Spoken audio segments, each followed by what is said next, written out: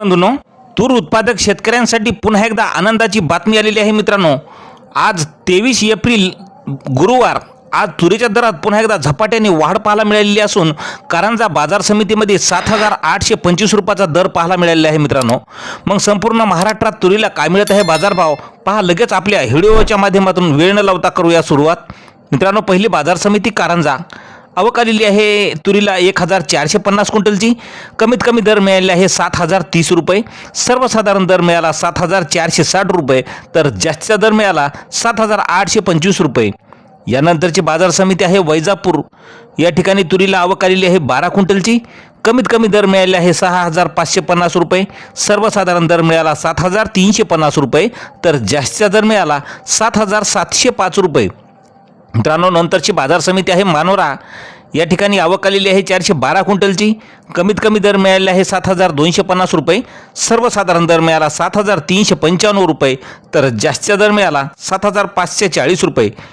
यानंतरची बाजार समिती देवणी आवक आलेली आहे 27 क्विंटलची। कमीत कमी दर मिळाला 7,360 रुपये, सर्वसाधारण दर मिळाला 7,452 रुपये, तर जास्तीचा दर मिळाला 7,545 रुपये। यानंतरची बाजार समिती आहे हिंगोली। या ठिकाणी गजर तुरीला आवक आलेली आहे 380 क्विंटलची। कमीत कमी दर मिळाला 6,950 रुपये, सर्वसाधारण दर मिळाला 7,200 रुपये, तर जास्तीचा दर मिळाला 7,450 रुपये। मित्रांनो, यानंतरची बाजार समिती आहे गंगापूर।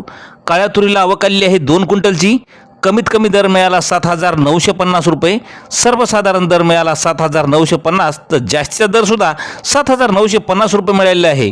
नंतरची बाजार समिती आहे लातूर। या ठिकाणी लाल तुरीला आवक आलेली आहे 3,302 क्विंटलची। कमीत कमी दर मिळाला 7,200 रुपये, सर्वसाधारण दर मिळाला 7,400 रुपये, तर जास्तीचा दर मिळाला 7,658 रुपये।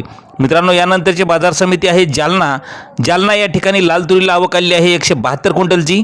कमीत कमी दर मिळालेला आहे 6,000 रुपये, सर्वसाधारण दर मिळाला 7,300 रुपये, तर जास्तीचा दर मिळाला 7,500 रुपये।